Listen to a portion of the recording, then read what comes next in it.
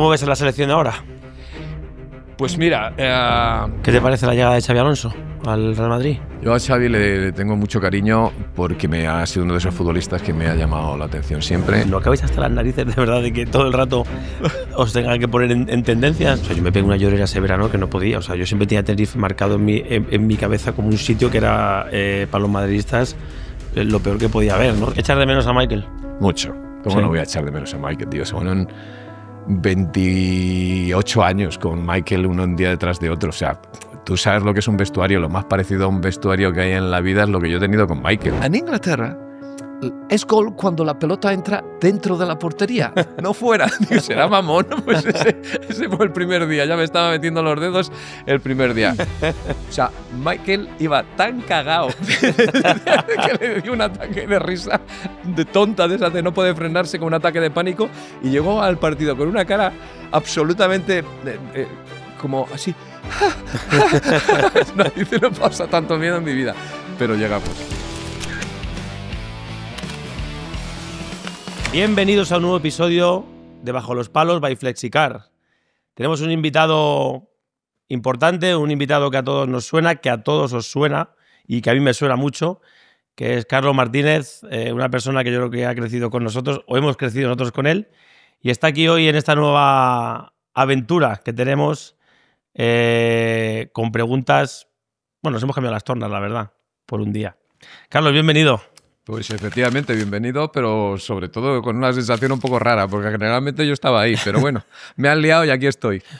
Oye, te he visto de vez en cuando por algún sitio así parecido a aquí abajo los palos, o sea que te vas un poco amoldando a los nuevos tiempos. Sí, la verdad es que con esto de las redes sociales y con las nuevas formas de comunicación, como los podcasts, empieza a haber distintos abanicos para estar delante de las cámaras, ¿no? Y a veces te toca pues estar en este lado. ¿Te gusta? ¿Cómo lo ves eso?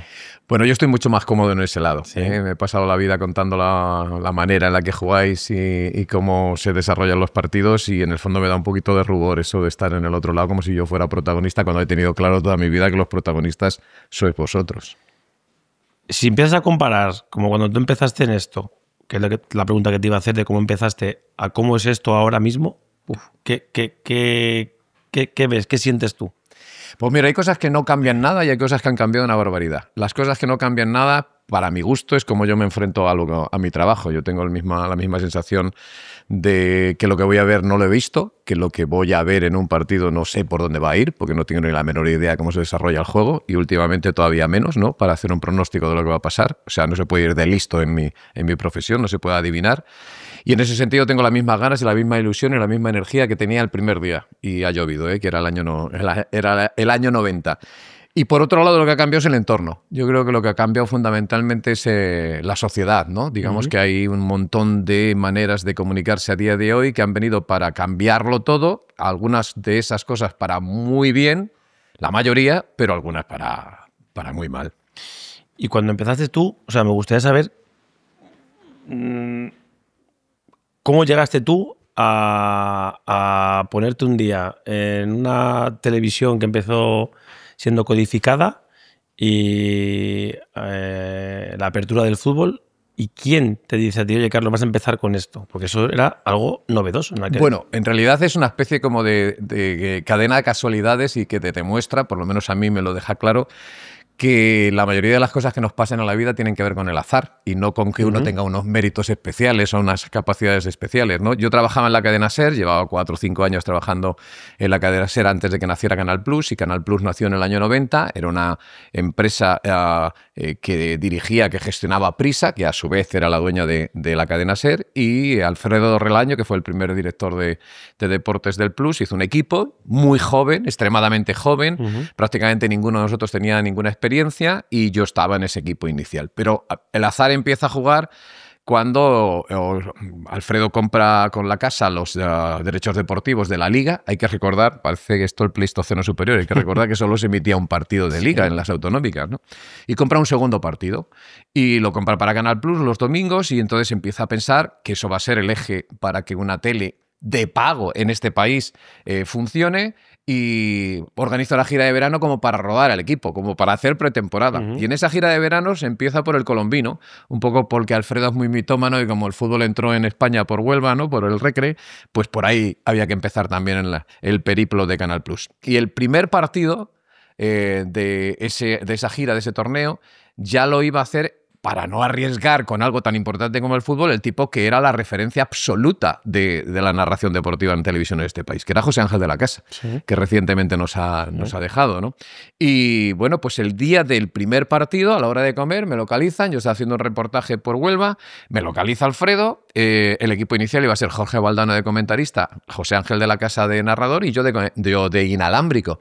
Bueno, pues 4 horas antes del partido me dice José Ángel en la comida que no ha conseguido, nos dice que no ha conseguido que Televisión Española le firme la excedencia y que no puede hacer el partido. Quedaban 4 horas para el partido, me mira Alfredo, yo tenía 24 años y me dice, ¿lo vas a hacer tú? Digo, pues bueno.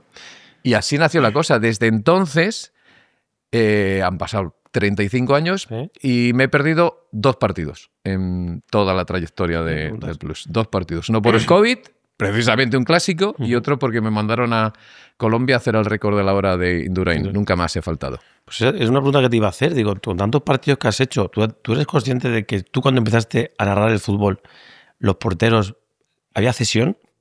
O sea, había cesión. No, y para que le dierais con el pie era un milagro. O sea, más allá de 3 metros, los pies no se ahora utilizaban. Fíjate de qué manera se juega sacando la pelota de atrás, con el portero que también es un protagonista de esa acción, y lo que ha cambiado el fútbol, ¿no? Y te iba a preguntar, o sea, ¿no ha habido ningún momento en estos años de narración? Porque te iba a hacer otra pregunta que me gustaría a mí. ¿Está bien llamaros narradores? Sí, yo soy un narrador, yo me considero un narrador, un relator. Al final, esto es un oficio, no tiene ni más ni menos. Es decir, como todos los oficios, como un ojalatero o un fontanero, tienes que conocer una determinada cantidad de secretos de cómo se hacen las cosas y luego ponerle tu punto particular, ¿no? Pero efectivamente para mí es simplemente un oficio, es relatar aquello que está pasando e intentar hacerlo lo más rápidamente posible, pegado a la acción y con las palabras más adecuadas para describir lo que está pasando. Y un poco el secreto es ponerle encima una capa de emoción para acompañar las sensaciones que tiene el espectador. Y al igual que todos hemos crecido con ídolos, o sea, el tema del fútbol, por ejemplo, en aquel momento, para ti, ¿quién era una referencia dentro del deporte? Decir, ostras, mira, me gusta cómo lo hace, tal, yo puedo llegar a hacer lo mismo. La referencia era José Ángel para todos, ¿no? Mira, José Ángel y yo tenemos estilos completamente diferentes a la hora de narrar. Hay que echar mucho la memoria atrás para pensar cómo se hacía televisión en el año 90. Y era como lo hacía José Ángel. Quiero decir que el ritmo era muchísimo más pausado. O sea, por ejemplo, el partido mítico de España-Malta. Tú coges la narración de los goles de José Ángel y a día de hoy llama la atención porque efectivamente hay el famoso gallo que en el último gol. Pero digamos que la emoción con la que se narran esos goles, si se trasladara al día de hoy, nos habríamos vuelto completamente locos desde el quinto. Desde el quinto. Y sin embargo, aquello está muy medido, ¿no? Entonces yo llegué a una tele en la que las narraciones de televisión y radio eran completamente diferentes. Y no me digas por qué, pero tenía claro, también es verdad que venía de la radio, que había que cambiar ese modelo de narración para la tele. Y yo creo que se ha cambiado con el paso de los tiempos. Ahora una narración de la tele y una narración de la radio en España se parecen extraordinariamente en cuanto a ritmo y emoción en las jugadas más o menos, digamos, intensas, ¿no? Solamente cambia que cuando estás sacando de portería en la tele, pues estás tranquilo y en la radio, digamos que necesitas hablar permanentemente. Pero lo que son las jugadas y los momentos álgidos de la transmisión es igual. Yo tenía claro que había que cambiarla, pero también tenía claro que no se podía hacer de la noche a la mañana, que era demasiado impactante empezar a ponerle velocidad a la narración desde el primer día. Y digamos que si escuchas narraciones del año 90, del 95, del 2000, poco a poco se ha ido acelerando ese ritmo y ahora yo creo que en televisión casi todos los que hacemos televisión, digamos que, y por no decir todos, tenemos un ritmo mucho más alto. En el fútbol, estar preparado para lo que viene es clave. Y con el dinero pasa exactamente lo mismo. No se trata solo de lo que ganas hoy, sino de cómo lo gestionas pensando en el mañana. Por eso me gusta Trade Republic. Su cuenta de ahorro ofrece un 2,02% TAE, con intereses mensuales. Y cada vez que usas su tarjeta, recibes un 1% de vuelta en cada compra con el sistema de SafeBack. Sin comisiones ni letra pequeña. Además, ahora puedes tener tu IBAN español, domiciliar tu nómina y olvidarte del papeleo, porque Trade Republic también automatiza todo lo relacionado con los impuestos. Trade Republic es una forma moderna, segura y transparente de hacer crecer tu dinero. Regulada en Europa y con todas las garantías. Abre tu cuenta con mi enlace, recibe 20 euros de regalo y empieza a invertir desde ya.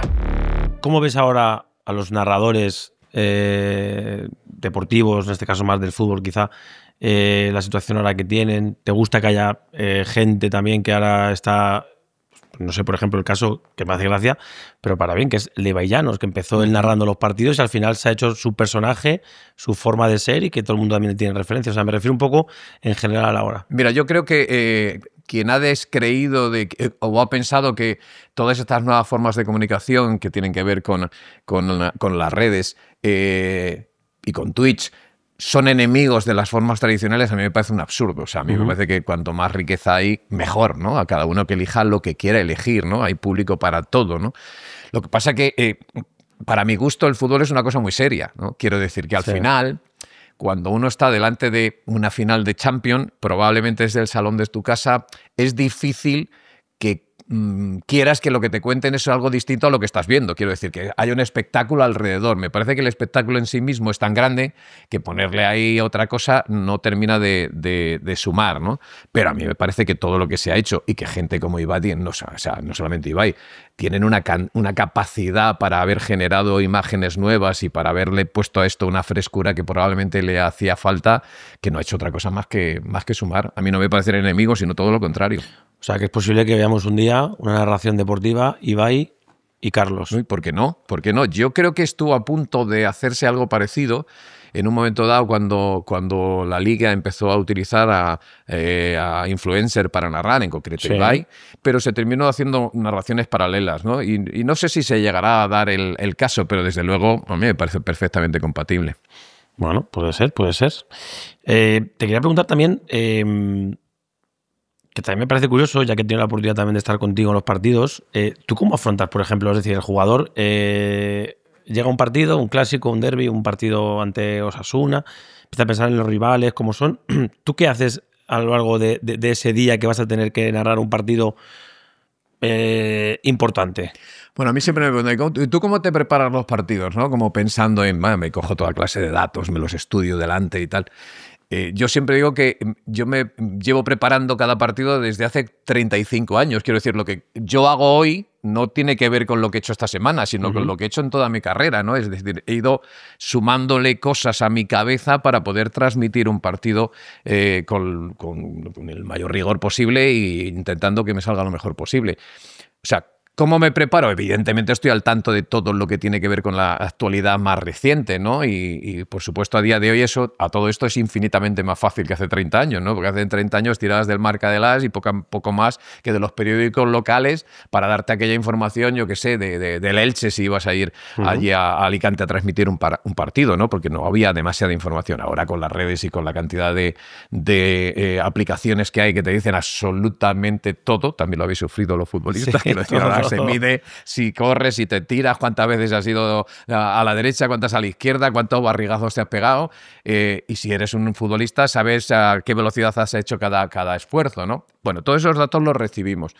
Pero yo tengo una cosa en la cabeza que me parece que, bueno, es mi manera particular de entender las cosas, es yo no voy a una transmisión a soltar datos. O sea, si yo tengo datos en la cabeza y si algo pasa en una transmisión que me parece que un dato aporta algo, lo cuento. Pero eso de ir con un libreto de, bueno, tú has estado a mi lado, yo no llevo ni boli.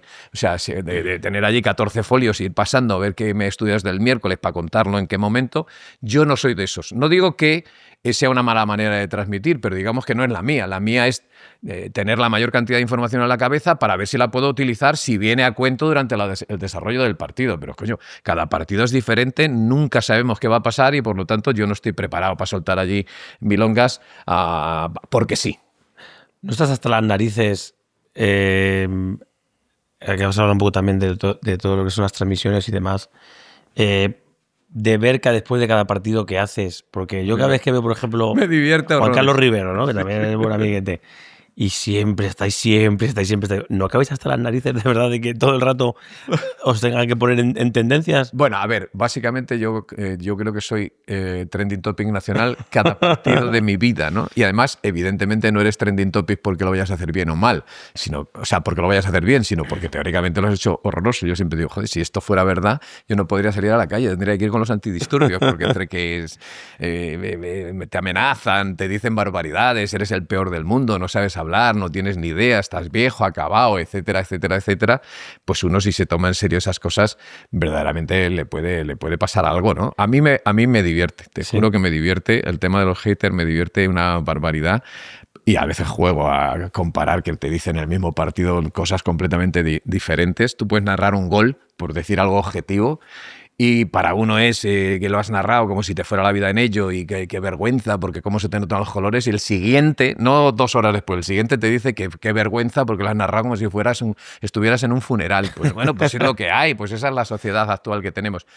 Pero hay una cosa que para mí es importante, le damos demasiada importancia a las redes. Quiero decir, que eso es un ecosistema en la que la gente dice barbaridades un poco como concurso de méritos para ver quién dice la más gorda, ¿no? Y se pican los unos con los otros a ver quién dice la mayor barbaridad. Pero eso no es la realidad. La realidad es que uno camina por la calle, va a un estadio, o va a un hotel, o va a un aeropuerto, y lo único que te hace la gente es acercarte, intentarte dar a hacerse una foto o decirte que bien lo que haces y cómo le gusta lo que haces.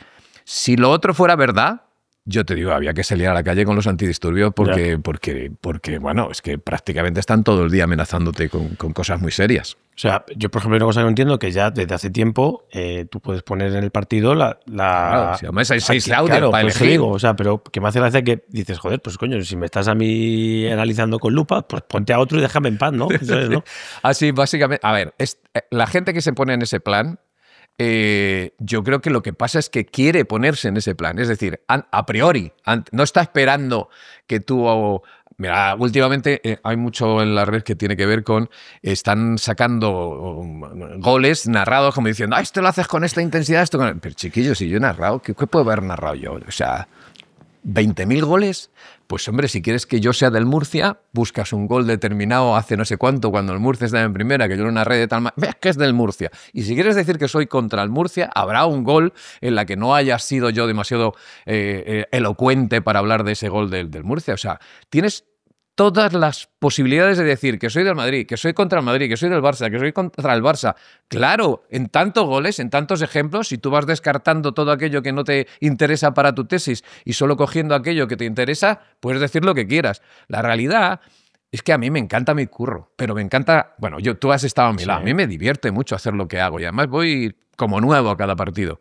Y claro que hay veces estás más acertado y otras veces que estás menos acertado, pero que yo tenga... Que alguien crea que yo me siento delante del micrófono a hacer las cosas de mi trabajo en función de que yo de pequeño era de uno o de otro, pero estamos locos. O sea, la mayoría de la gente de la profesión no es así. Es verdad que en los últimos 10 años, 15 años...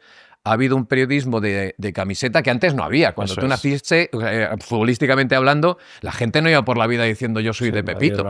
Al revés. O sea, en la profesión intentabas que no se viera si tú eras de Pepito o de Juanito. A día de hoy hay una rama periodística que se basa en decir que eres de un equipo y, oye, yo no digo que no sea honesto. Si tú dices que... Roncero, si tú dices que eres del Madrid, pues ya sabes que todo lo que diga Tomás está en esa línea y lo tienes que interpretar desde esa línea. Pero es que hay un montón de gente que no vamos de ese palo. No es ni mejor ni peor, pero simplemente no vamos de ese palo. Entonces no te hago la pregunta. Bueno, claro, si la pregunta es obligada. ¿Tú de qué equipo eres? Claro, joder. O sea, pues mira, esta es la auténtica realidad. Toda mi familia es de un equipo, yo soy de Madrid, es de un equipo, y yo también lo era de pequeño, porque el entorno familiar era... No salimos ninguno rebelde, todos éramos del mismo equipo de mi padre. Y hace muchos años, pero no 10, ni 12, ni 15, sino más, que mi hermano, que es muy forofo de ese equipo, siempre me dice, a ti te da igual, porque se pone malo, o sea, es verdaderamente forofo. A ti te da igual, pero ¿cómo es posible que te dé igual? Pues es que me da igual ya, a estas alturas me da exactamente igual. Y sobre todo si estoy currando. Si estoy currando, estoy en otra cosa. Estoy a intentar que la transmisión sea lo mejor posible, si lo estamos haciendo bien o mal, si tenemos buen ritmo, si tú has comentado lo que tienes que comentar, si el de inalámbrico ha entrado, y de verdad me da exactamente igual. Mira, en 35 años de carrera, jamás se ha acercado nadie a mí a decirme, tú como eres de mi equipo, yo siempre soy del rival, jamás soy del equipo del interlocutor. Nunca me ha pasado. Pero seguimos sin desvelar la incógnita. Yo no voy a preguntar nada, David. Pero si es que ya no hay equipo. Hace muchos años que no hay equipo. Y además hay una cosa con eso que estoy completamente convencido. Mira, si yo dijera, soy del Madrid, todos los del Madrid que piensan que yo soy antimadridista dirían, ¡mentira!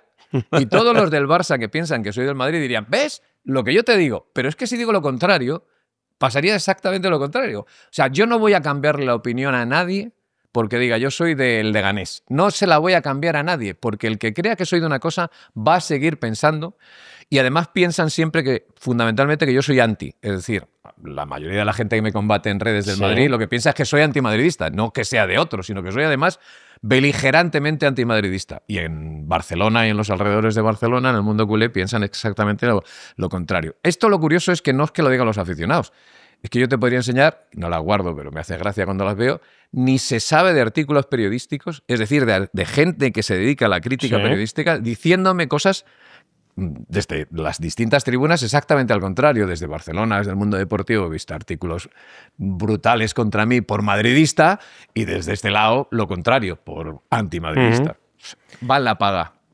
¿Echar de menos a Michael? Mucho. ¿Cómo no voy a echar de menos a Michael, tío? Son 28 años con Michael, uno un día detrás de otro. O sea, tú sabes lo que es un vestuario. Lo más parecido a un vestuario que hay en la vida es lo que yo he tenido con Michael. Es que viajar juntos, comer juntos, cenar juntos, hacer el trabajo juntos, antes, después, comentarlo, nos ha pasado esto, nos ha pasado lo otro, hablar del fútbol en general.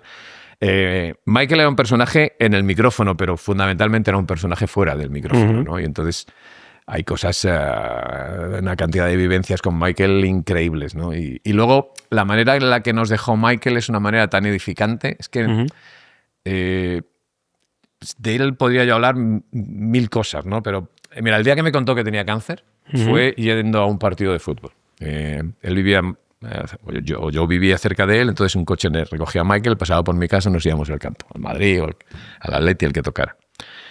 Y cuando me senté en el coche, él siempre iba adelante como copiloto, yo me senté detrás y me dice, te voy a contar una cosa. Y digo, ¿qué pasa? Y me dice, que me voy a morir. Y digo, ¿cómo? Pues siempre estaba vacilando. Digo, inglés, vete al carajo. Y yo siempre le llamaba guiri o inglés. Y me dice, no, que me voy a morir, que tengo un cáncer de piel en estadio 4, no tiene cura, me voy a morir. Y, hostia, me quedé tirado, ¿no? Claro. Pero mira, segunda opinión, sí, estamos mirando, pero que me voy a morir.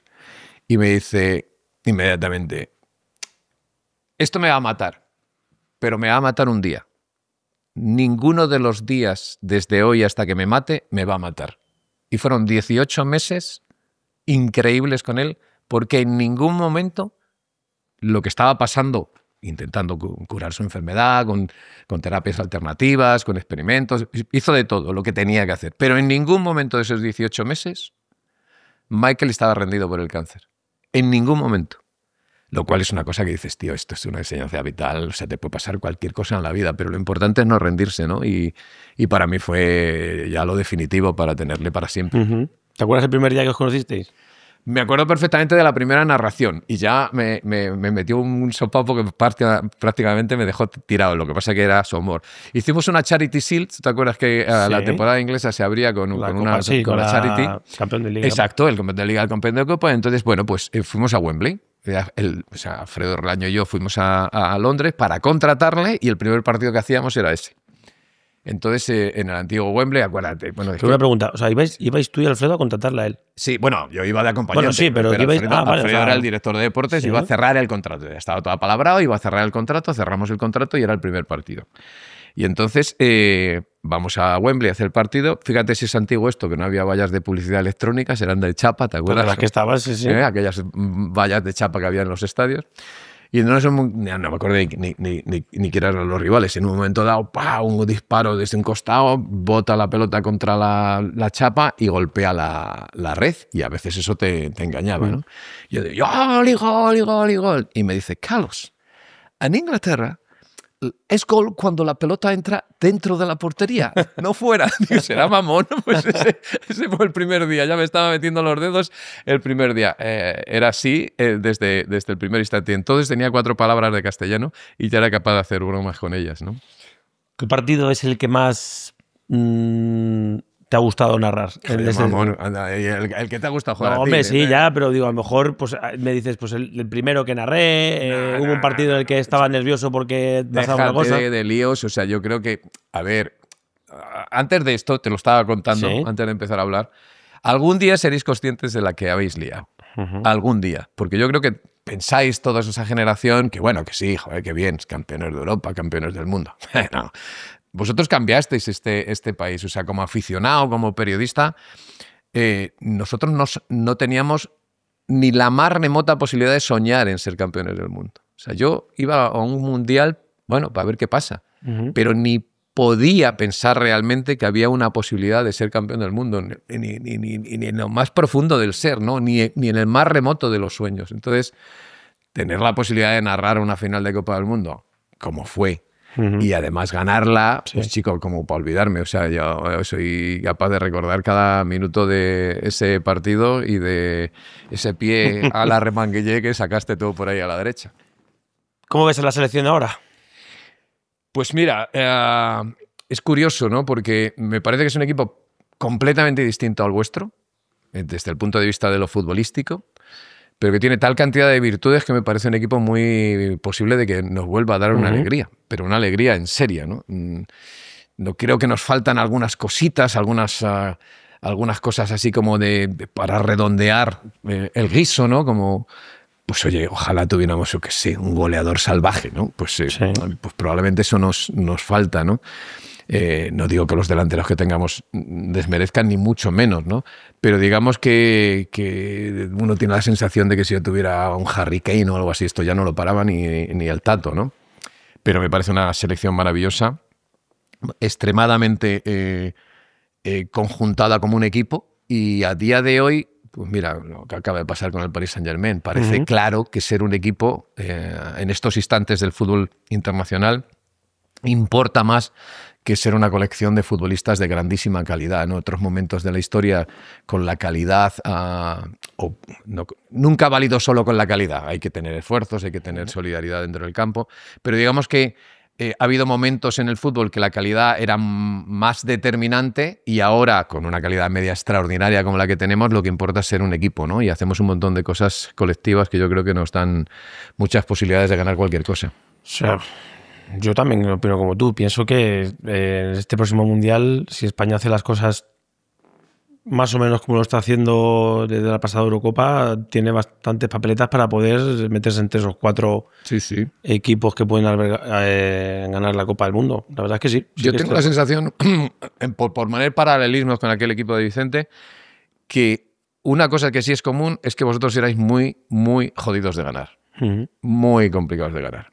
Por armas distintas, porque vosotros escondíais el balón y desesperabais a cualquiera, pero os hacían pocas llegadas y las que os hacían ya estabas tú ahí para arreglarlas, ¿no?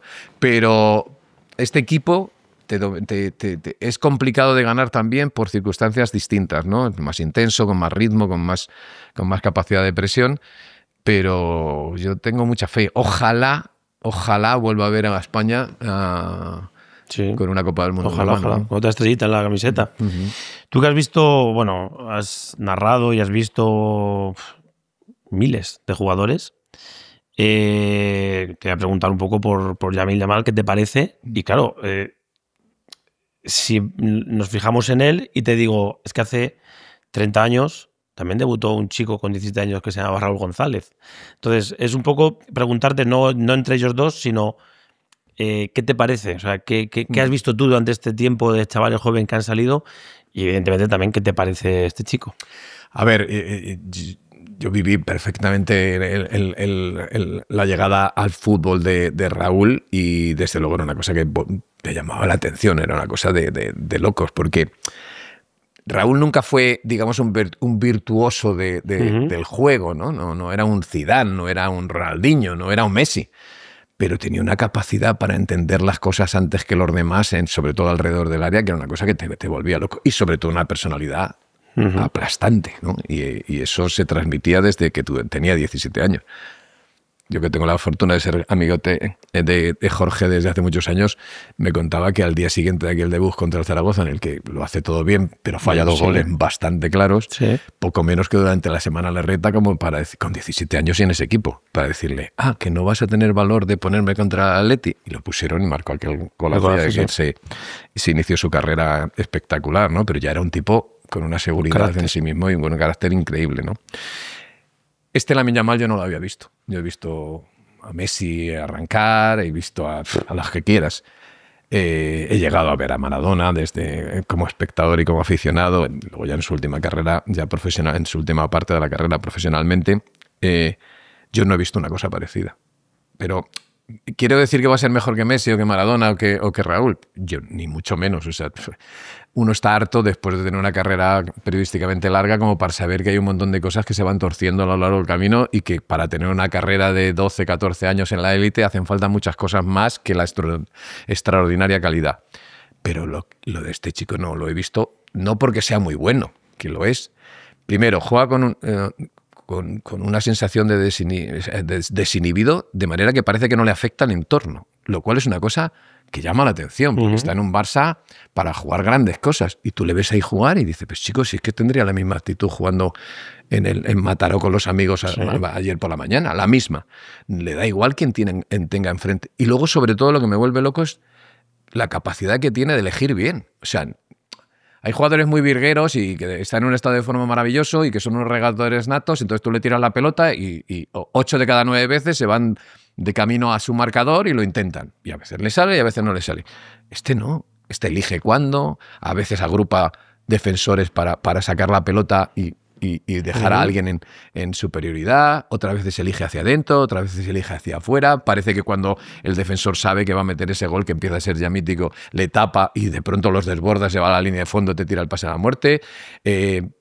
Todos los días inventa cosas. Últimamente está con los pases estos con el exterior, que también los hace Vinicius, y dices, joder, pero ¿cómo?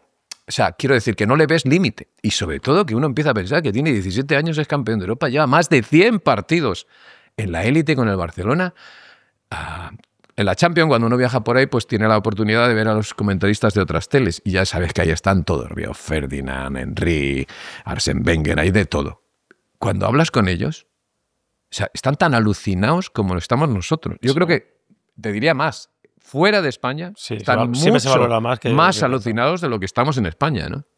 Y me parece que no hay manera de ponerle freno a esa carrera, ¿no? Y bueno, pues ojalá continúe porque, oye, tener un supercrack en la selección española ayuda, para lo que viene. Ahora que estás de vacaciones, entre comillas, casi, que ya ha terminado la liga, ¿qué balance haces un poquito tanto de Madrid, de Barça, Atlético Madrid, que se espera un poco más de ellos al final, a última hora parece que se han quedado atrás? Ese Rayo Vallecano que ha entrado en la Conference Cup. Sí. Aquí hay sorpresas este año muy buenas. El Rayo, para mí, de verdad, y lo tengo que decir porque es una debilidad, casi la mejor y además es muy inesperada para mí, lo de Isco. O sea, que Isco haya sido capaz de volver a recuperar su mejor versión. Hemos visto otra vez volver a la selección después de 6 años. Para mí esa sí que ha sido una sorpresa grata, ¿no? Porque dices, los futbolistas generalmente tienen una trayectoria, son los muy buenos cuando parece que se desenganchan, pues poco a poco empiezan a vivir de retazos, lo de Isco es una cosa de locos. Y el Betis me ha parecido una gran noticia esta temporada. El Rayo me ha parecido una gran noticia esta temporada. Hay cosas, el Villarreal, que ha vuelto a tener muchísimo nivel a las órdenes de Marcelino. Y en cuanto a los grandes, pues evidentemente yo creo que la sensación es la que tenemos todos, es decir, el Madrid, desde muy primera mano, desde muy primer día, yo creo recordar que Ancelotti lo dijo en la segunda rueda de prensa, al equipo le faltaba algo, le faltaba espíritu colectivo, por decirlo de una manera suave, le faltaba, porque es que no corren, es mentira, muchas veces han corrido un montón, pero es que hay que correr bien, hay que correr de manera organizada, y por mucho que Ancelotti insistiera en lo del equilibrio, el Madrid no lo ha tenido durante toda la temporada. También es verdad que jubilar a un mediocampo con Casemiro, Modric y Kroos, eso, o sea, a ver cuántos años pasan para ver una cosa junta de esa calidad, no era sencillo, ¿no?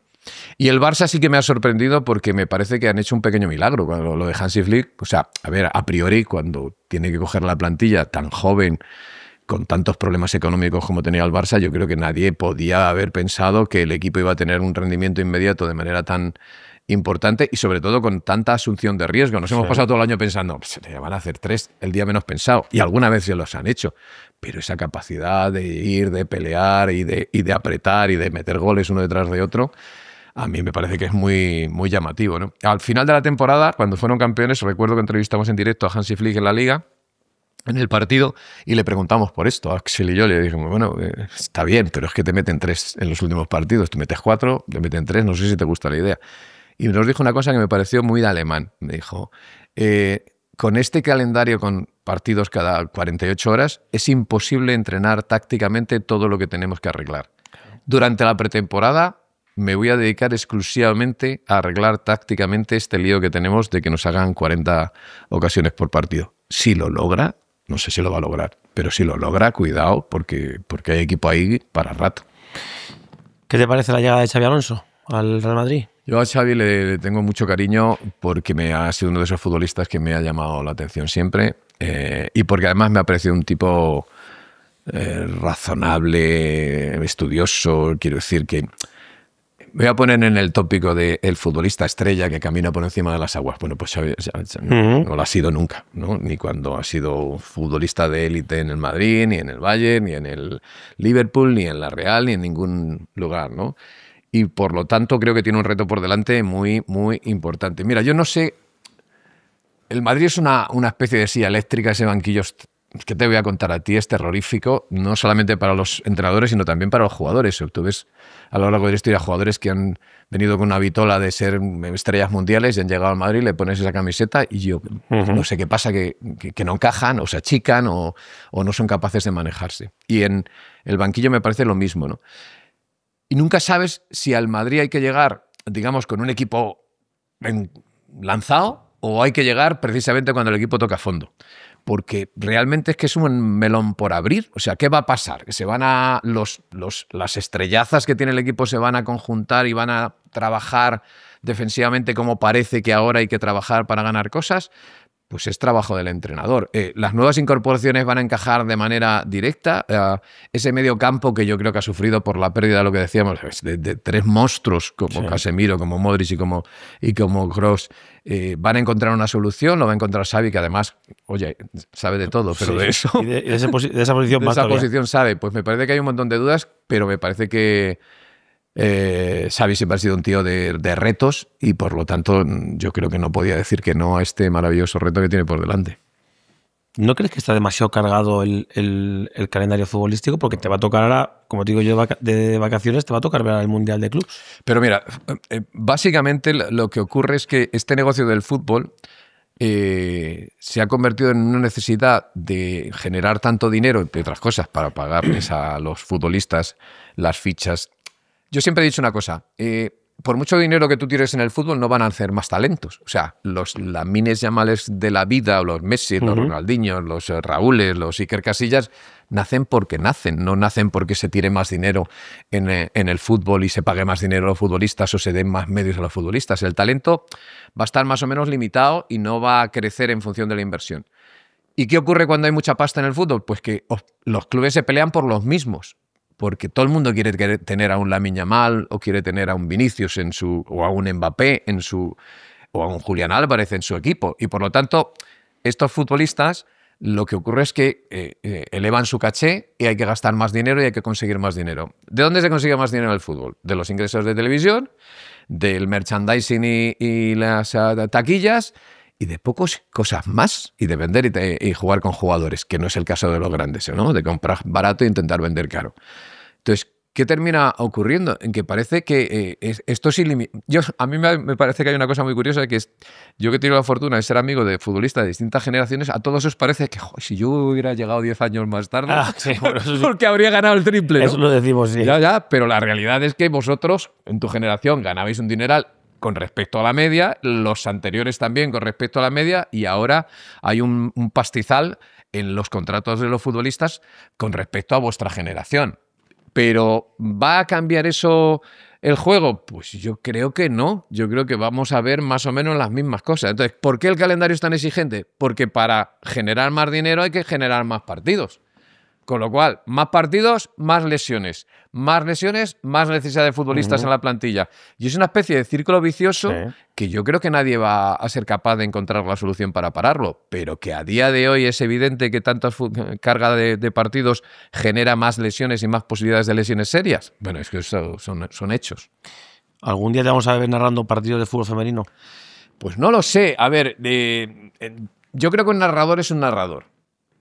Yo he narrado en la tele, he narrado balonmano, he narrado baloncesto, ¿Ah, sí? he narrado rallies. ¿Pero hace cuánto eso? Bueno, cuando lo hacíamos. O sea, yo empecé narrando. Mira, yo empecé en la tele, a mí me ficharon para narrar boxeo. O sea, para que tú veas, la primera transmisión a la historia del Plus ya la hice yo, que fue un combate de boxeo de Tyson en Las Vegas con un tal Tillman, que le había ganado en los trials para ir a los Juegos Olímpicos y le tenía un gato que no veas.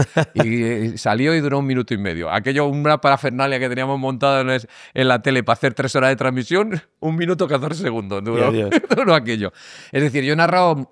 Cuando eres narrador, eres capaz, preparándote, de narrar cualquier cosa. Lo más difícil que he narrado fue el récord de la hora de Indurain, porque claro, un tipo dando vueltas a un anillo 144 veces y entre la más rápida y la más lenta hubo 2 segundos de diferencia, me contarás. El mamón del inglés decía, antes cuando íbamos a la transmisión de ese evento, me decía... ¿Pero también fue Michael Robinson allí? No, fue a acompañarnos. Vale. Al día siguiente había partido en San Sebastián y fue a acompañarnos. Y me decía... ¿Eso del récord de la hora qué consiste? ¿En hacerlo en 59 minutos? Tenía gracias siempre. Aquel día también llegó, iba de comentarista con Pedro Delgado, porque efectivamente teníamos que buscarnos a alguien que verdaderamente supiera.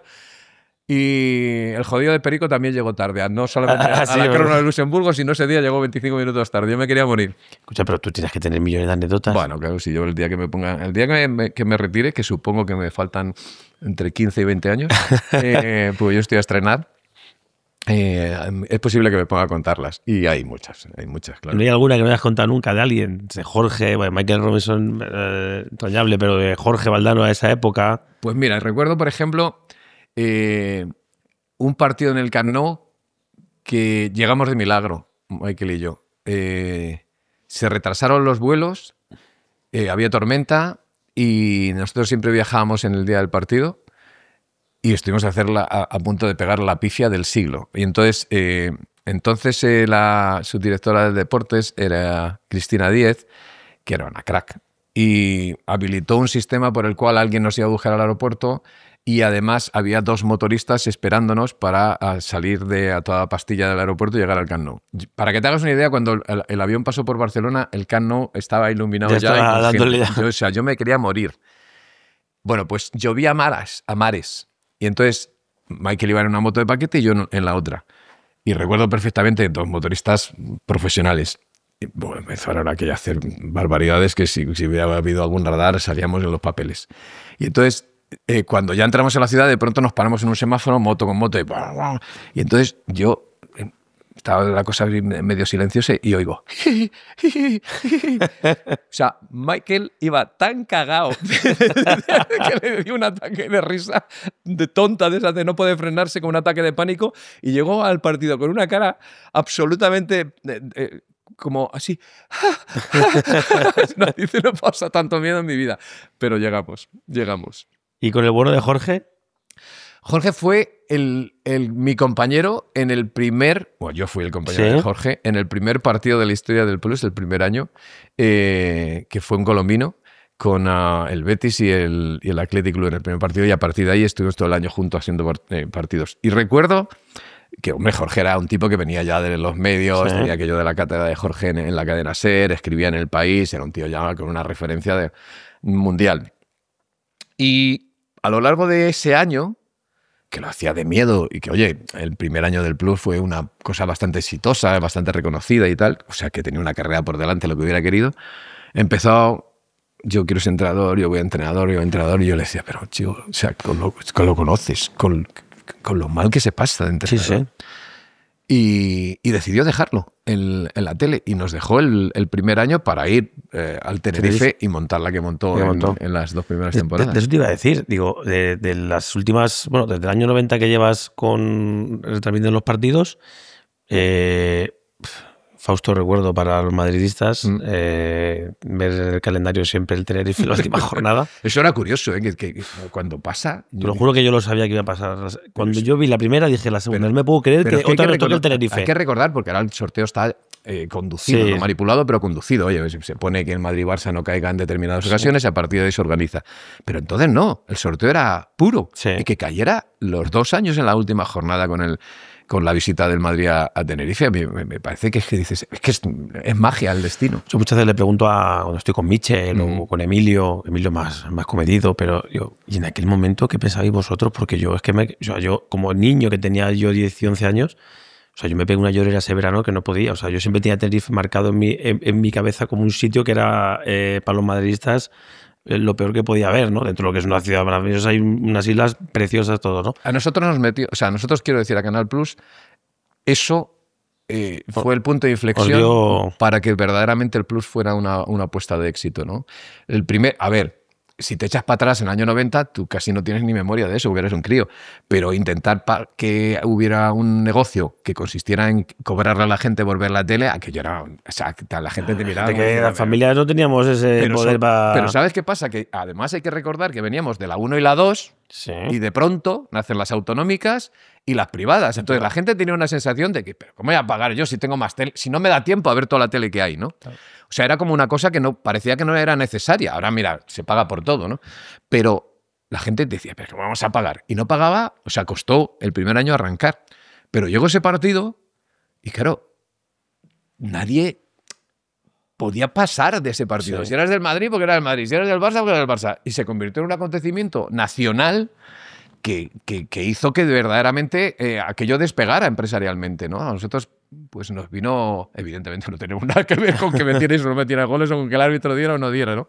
Pero fue algo efectivamente un eventazo, ¿no? Porque, entre otras cosas, por cómo se produjeron los dos, especialmente el primero, que el Madrid tenía la Liga ganada sí o sí. Sí, encima con 2-0 al descanso. Tú sabes que en 35 años que llevas 35, ¿no? 35 temporadas. 35ª temporada acabo de terminar. Narrando lo que es la Liga, salvo al Deportivo y al Valencia, solo has visto ganar la Liga al Barça, al Madrid, al Atlético de Madrid. Y al Atlético de Madrid, sí. Que no. Y mi pregunta es, tanto el Deportivo, que tienes que recordarla, claro, que fue en el 2000, y las dos del Valencia, ¿tú crees que veremos algún otro equipo algún día que pueda dar la sorpresa y que también pueda competir con los grandes? A ver, competir va a seguir compitiendo, pero y hay que recordar que hemos tenido periodos de la historia todavía más hegemónicos que ahora. O sea, hay que recordar las ligas de los 100 puntos, por ejemplo. Ahora, pensar en 100 puntos yo creo que cuesta, ¿no? Que alguien consiga 100 puntos, ¿no? Pero es verdad que la diferencia económica hace que el potencial de unos y otros sea completamente diferente, ¿no? O sea, yo creo que vamos a ver variaciones entre el tercero y el sexto, pero que es muy, muy difícil que el Madrid y el Barça no ganen la Liga y no queden primero contra segundo. Habrá una vez cada década que alguien dé la sorpresa, un Atleti, yo que sé, un Villarreal reforzado, alguien que vuelva a coger el nivel que ha cogido el Sevilla en determinados tiempos. Pero claro, la inversión económica es tan importante para estar ahí en la competición que el día que te equivocas te pegas un batacazo que tardas en recuperarte 8 o 10 años. Mira lo que le pasa ahora mismo al Sevilla, ¿no? Entonces yo creo que va a ser complicado. Hombre, nos gustaría a todos, los que no sois del Madrid o los que no sois del Barça, a todos los aficionados en general, pues hombre, yo creo que evidentemente es un signo de salud, ¿no? Para una competición como la nuestra. Pero oye, mientras la Liga tenga el espectáculo que tiene, es decir, el nivel de captación, de interés que tiene, pues oye, habrá que asumirlo como algo que está en el guión. Ya vamos a ir terminando, para no molestarte más. ¿Te ha gustado este año cómo ha sido el formato de la Champions League? Me ha encantado. A mí o sea, yo pensaba que me iba a gustar. ¿Por qué? Y lo voy a explicar.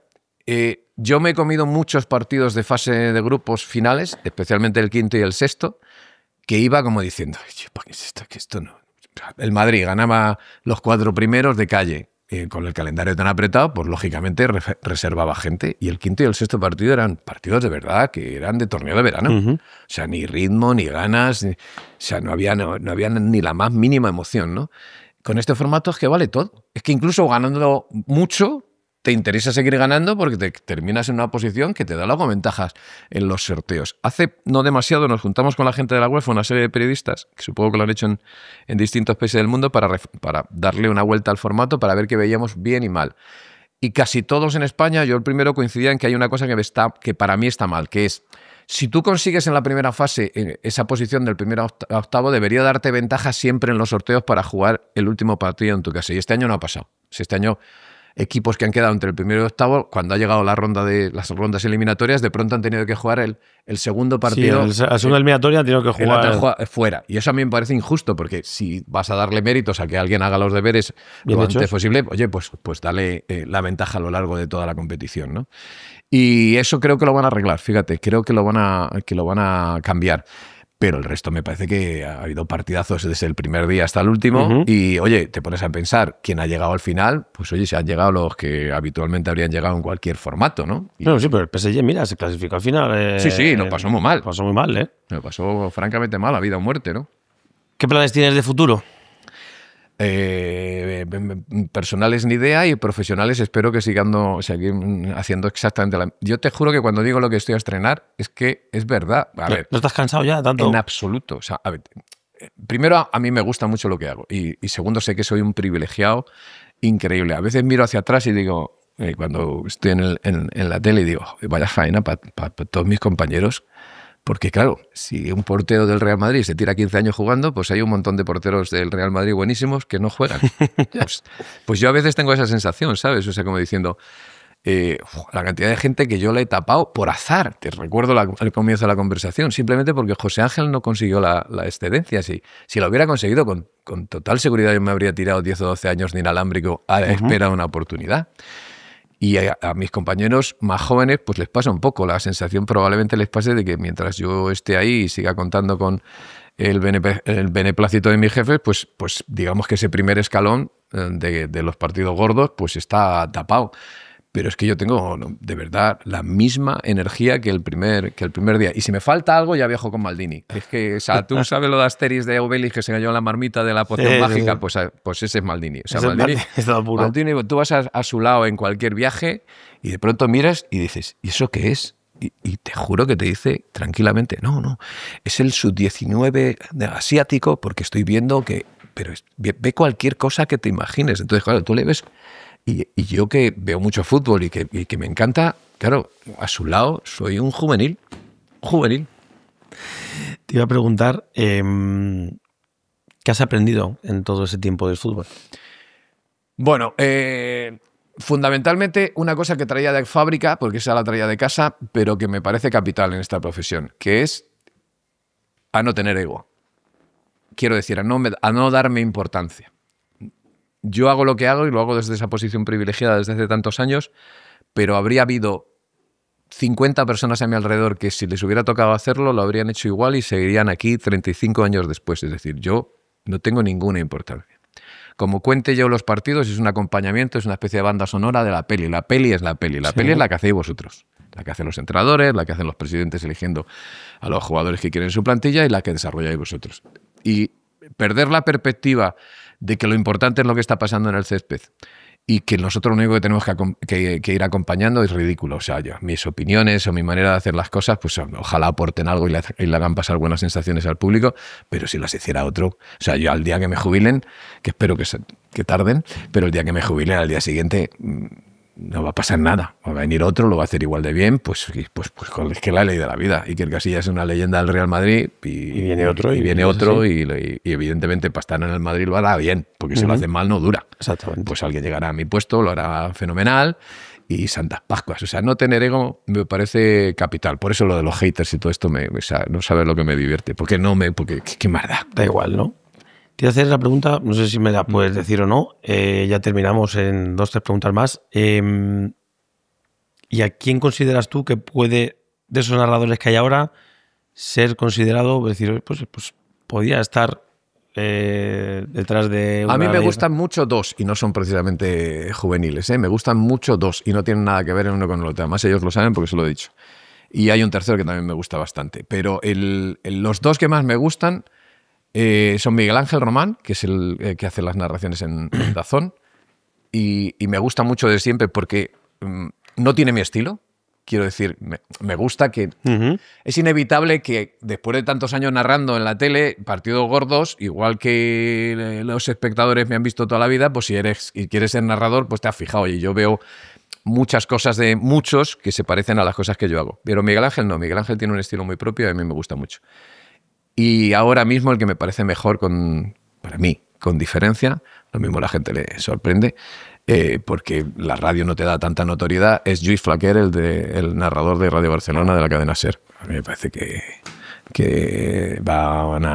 juega otra liga. ¿Sí? Sí. Lo que pasa que este país también tiene sus cositas y tener un mínimo acento a la hora de narrar, yo creo que es un hándicap, tanto si eres andaluz y tienes un acento andaluz, como si eres catalán y tienes un pequeño toque lógico de acento, ¿no? Y a mí me parece que eso no es del todo justo, pero yo creo que es lo que hay, pero si me preguntas por el que yo considero el mejor, para mí, Lluís Flaquer. ¿Cómo te gustaría que te recuerde la gente, todos los que hemos crecido contigo viendo partidos? Pues como un tío que os ha respetado. ¿Para qué más? O sea, y porque además creo que es verdad.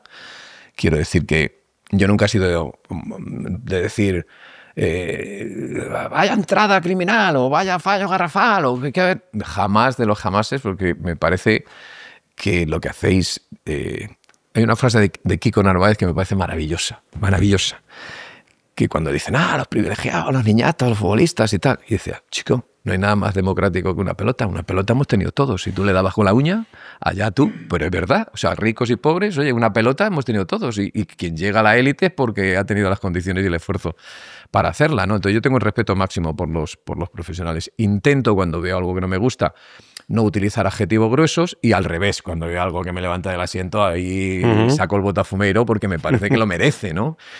También es verdad que por trabajar en una tele de pago, ¿no? Nosotros no somos exactamente un medio de comunicación, somos una plataforma de entretenimiento. La gente paga por estar ahí delante de la tele, con lo cual, oye, qué mejor idea que intentar hacérselo pasar lo mejor posible, ¿no? Entonces, oye, pues si vas a estar ahí delante de la tele y alguien te dice que lo que estás viendo es maravilloso, mejor que te diga, vaya peñazo que estamos viendo, este es un partido que no quiero contar. Entonces, siempre he tenido ese espíritu y me gustaría, y creo que lo tengo, porque a medida que os vais retirando, me lo hacéis ver, que sabéis que yo os he respetado y que os he tratado razonablemente bien. Menos Cañete. Pero su reino no es de este mundo. No sé qué le trajo a Cañete.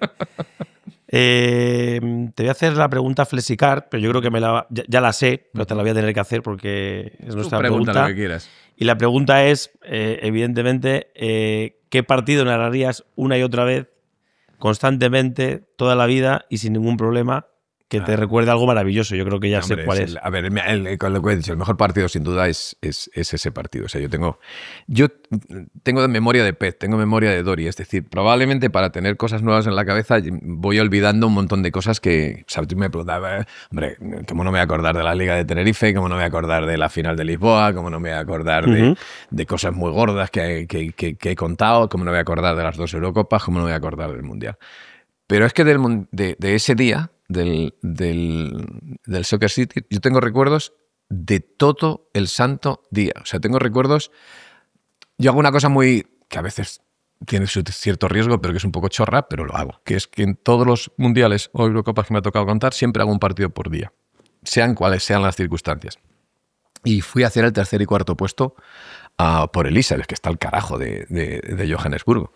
Y el viaje de vuelta a Johannesburgo, el día de la final, pues tenía el avión sale, no sale, se retrasa, no se retrasa, tal. Y pasamos todo un día con cierta tensión hasta que llegué al Soccer City. Y cuando llegué al Soccer City dije, casa, ya está. A partir de aquí ya nada puede salir mal. Tengo recuerdos de todo el santo día y de toda la noche. O sea, Mira, yo no soy nada mitómano. Yo no tengo prácticamente... Dilo tú aquí. ¿Yo te he pedido alguna vez una camiseta? No. Jamás. Yo no he pedido una camiseta a nadie. Nunca, jamás. Si he pedido algo ha sido para algún compromiso externo y muy pocas veces. Lo mismo con los dedos de 2 manos se juntan todas las cosas que yo he pedido a los futbolistas en 35 años de carrera. Pero de ese día tengo la camisa de la narración, que era una camisa blanca típica de uniforme de tele, con la que yo narré el partido, que la firmasteis todos en el avión de vuelta. Y ni siquiera estás puesta en casa, entre otras cosas porque pasó lo que pasó. Estuvimos como 48, 72 horas con la camisa puesta y, chico, tiene unas ronchas de sudor por todos que lados. no te puedo ni imaginar. Y no se puede mandar a lavar porque se va en la firma. Así que no la puedo exponer porque está lamentable.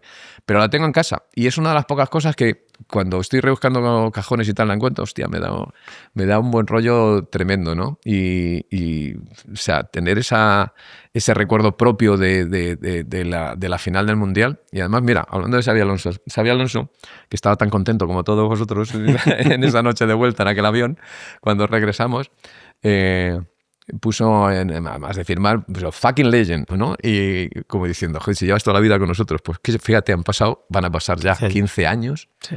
Y aquí seguimos. Y aquí seguimos. Pues Carlos, yo no sé ya qué preguntarte más. Alguna pregunta que se haya quedado por ahí en el tintero, pero no sé. Bueno, seguro que la gente dirá, bueno, ahora es cuando va a decir si los presidentes le presionan o no presionan o dejan de presionar. Ya te la contesto yo. No, contéstamela tú. Intentar hacer esta profesión sin ser capaz de resistirse a las presiones es mala idea. Aquí la única cosa que importa es que las presiones que va a haber, siempre las va a haber, y de presidentes más que de nadie, de jugadores, del colectivo, de los árbitros, de cualquiera que considera que lo que estás haciendo cuando narras no es lo adecuado. Lo más importante que yo creo que el consejo que le daría a cualquiera que empiece en esta profesión es, primero hay que asumirlas, lo que hay. O sea, no es raro que el presidente del Madrid o el del Barcelona o de otro equipo intente presionar. No es raro que llamen a tu casa para quejarse. Ha sido antimadridista, ha sido anticulé. No es raro, hay que asumirlo. Hay que tener la fortuna de que los jefes aguanten esa presión. Yo la he tenido, pues si no, no estaría aquí. Y luego hay que hacer una cosa maravillosa, que es que no te mediaticen. O sea, que no hagas tu trabajo en función de que a alguien le parece que lo haces bien o mal, o que eres suficientemente de un equipo o no suficientemente de otro. Si consigues eso, vas camino de tener una larga vida en el asunto. Lo que esto del fútbol es una cosa tan maravillosa que hace que gente con la cabeza muy bien amueblada, que de pronto es abogado del Estado, empresario coincide con tipos que en las redes se llaman vikingo enfurecido o culé fantasma y dices, a ver, si tú traspasaras eso a cualquier otro ámbito de la vida, este señor que tiene la cabeza bien amueblada y tiene estudios y tiene mucho rigor en lo que hace, diría, coño, voy a estar yo de acuerdo con este zángano. O sea, ni de ninguna manera. Pero el fútbol no, macho. El fútbol consigue que eso sea así. Lo cual es magia, porque forma parte del invento, ¿no? Pero hay que saber gestionarlo y hay que saber que eso va a pasar y que simplemente, bueno, pues según viene, pues se va y que no tiene que afectarte a tu curro. Así que ya las tienes todas. Espérate que me acabo de acordar de una cosa que te tengo que preguntar, porque no te he preguntado esto, yo creo que no lo hemos hablado, pero quiero preguntarte un poquito a ver por dónde me sales. ¿Qué te ha parecido el tema de Negreira con el Barcelona? A mí me parece que tengo una gana de que se arregle, que se esclarezca. Yo creo que todo el mundo del fútbol tiene muchísimas ganas de que se esclarezca. Yo creo que incluso los aficionados culés deberían tener esas ganas. O sea, yo no me imagino ser de un equipo, enterarme de que mi equipo ha estado pagando una cantidad de dinero muy importante durante muchos años y no saber realmente por qué, ¿no? Porque me parece que es un tema como suficientemente claro como para que la justicia tome cartas en el asunto. Es verdad que la justicia en este país es muy garantista y que por lo tanto las cosas, digamos que tardan mucho, para cualquier ámbito, en aclararse, pero yo tengo muchísimas ganas de que se aclare porque efectivamente, fuera de intentar prejuzgar qué diablos ha pasado ahí, las razones por las que eso se hizo, eso es un hecho. Y como es un hecho, hay que aclararlo. Y hay que aclararlo para ver si hay responsabilidades de quién lo hizo y por qué lo hizo. Y me parece que sería extraordinariamente sano para el mundo del fútbol que eso se aclarara y si hay responsabilidades, que las sensaciones que las hay, porque no se paga 17 años seguidos a un vicepresidente de los árbitros por informes arbitrales, se tomen las decisiones que se tengan que tomar y la gente que sea responsable de esas circunstancias, si se demuestra que efectivamente tenían el ánimo de influir en los resultados, pues que ocurra, ¿no? Yo creo que sería extraordinariamente sano para todos. Ahora, no sé cuándo va a pasar, pero ya empieza a ser largo el dilema. Entonces, en el tiempo, ¿no? Y de verdad que la última, porque me gustaría saber un poco la opinión tuya. ¿Qué te parece a ti todo el tema del caso Rubiales?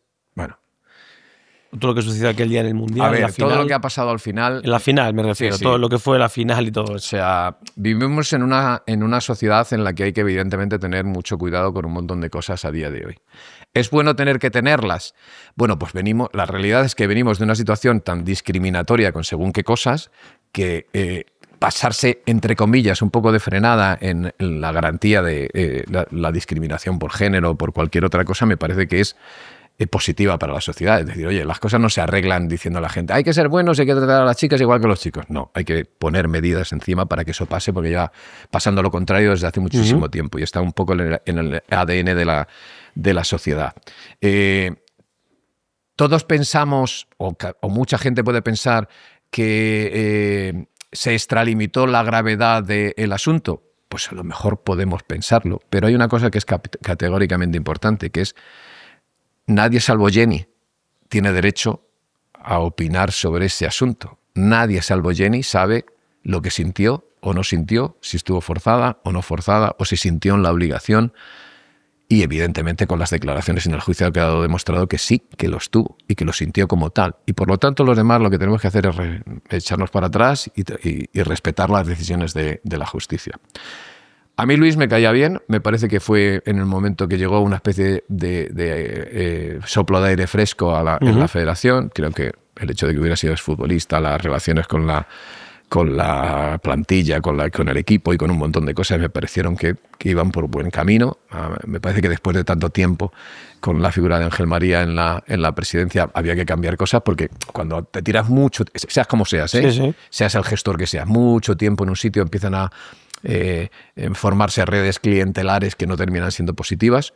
Pero oye, una vez pasado lo del juicio y pasado la inhabilitación, oye, lo que sí se ha visto es que había un montón de cosas a cambiar en el día a día de la gestión de Luis Rubiales, que yo creo que han sido muy buenas que se cambiaran. La razón por la que todo se precipitó me parece más discutible que estando de acuerdo en que no lo hizo ni mucho menos bien y que la actitud de un presidente no puede ser esa, no solamente por el gesto con Jenny, sino por todo lo demás, en la actitud general. Pero las cosas que han cambiado a posteriori de la gestión de Luis me parece que eran imprescindibles cambiarla. Es decir, que años de ese tipo de gestión sí que hubieran llevado un lugar a la federación muy recuperable. Termino ya. Has crecido con José Ramón de la Morena y con José María García. ¿Cómo ves ahora mismo las batallas que hay por la noche de las nuevas generaciones? Juego de niños, o sea, juego de niños. Yo formo parte de la cadena SER justo cuando José Ramón arranca el larguero, o sea, y formo parte de esa reacción casi como becario. El otro día me pasaban una foto de una reunión en casa de José Ramón, que es para verla, porque teníamos una cara de niños. Ahí estaba Manolo Lama, estaba Carlos Herrera, estaba Roberto Gómez, estaba Antonio Jiménez, estaba Antonio Martín Balbuena, estaba Relaño, estaba José Ramón y yo, y creo que alguien más. Y bueno, Enrique Martín, el que fue director de comunicación del Real Madrid, el que estaba con vosotros en la plantilla. Y bueno, pues efectivamente yo formo parte de una generación privilegiada que vivió aquello, ¿no? Lo de ahora me parece juego de niños comparado con lo de entonces. Entonces sí que eran unas batallas, o sea, ya no solamente la batalla de José Ramón con la batalla con José María, es que a nivel de tropa, o sea, nos hacíamos perrerías para intentar conseguir una entrevista o pegarle el codazo de Antena 3 para que no entrara, y los de Antena 3 contra nosotros. Lo de ahora me parece un juego de niños. Pero me parece muy edificante la relación que han terminado estableciendo José María y José Ramón con el paso del tiempo, ¿no? Porque, bueno, han echado una capa de racionalidad sobre aquellas batallas y, oye, se llevan fenomenal, se respetan, incluso se ven de vez en cuando. Y hablando de podcast y tal, ahora veo a José Ramón, sí. Hace rato que no hablo con él, pero le veo disfrutando mucho de lo que está haciendo. O sea, como no tener la responsabilidad de la antena y darse el gusto simplemente de hacer entrevistas porque las quiere hacer. Y le veo con cara de estar pasándoselo muy bien. Por cierto, como anécdota, la clave de aquellas ligas de Tenerife para la repercusión del Plus la tuvo José María García, que era enemigo acérrimo de Prisa en esos instantes. Pero tenía tal obsesión porque se vieran los partidos, que te recuerdo que no solamente transmitimos el Madrid contra el Tenerife, sino el partido del rival, del Barcelona contra el Círculo de Bilbao. Y lo hicimos porque García montó un show por la noche en la radio, con el ministro, con todo el mundo, diciendo que aquello se tenía que ver por narices para que no hubiera manipulación. Claro, el único que lo podía dar era la tele, era Canal Plus. Y terminó dándose en Canal Plus, yo creo que los dos, por la insistencia de José María y por el poder que tenía entonces José María García. Así que agradecidísimo a José María también. Pues Carlos, muchísimas gracias por esta visita, por este nuevo episodio. Y espero que te hayas sentido muy bien. Y nosotros, nada, darte las gracias por acudir. Y a la gente, pues nada, nos han narrado miles de emociones, de situaciones, de goles, de paradas, de partidos. Pero hoy nos ha narrado, nos ha querido contar un poco más de él. Y espero que os haya gustado a todos. Y este es un pequeño detalle para que lo tenga guardado. A lo mejor no es como aquella camiseta tan emblemática de los 15 años, pero bueno, es... Cuidado que al cabo de hoy voy a tener... Hombre, y la fotito, está claro, cómoda. Para que la tengas ahí. Esto, vamos a echárselo para allá. Cuidado, que por fin tengo algo de Iker. Ahora sí que lo va a firmar. Ahora sí que lo va a firmar. No solo guantes de la final, que supongo que habrá. Él tendrá los suyos y habrá firmado unos 30 diciendo que también lo jugó en esa final. Pero esto lo va a firmar Iker.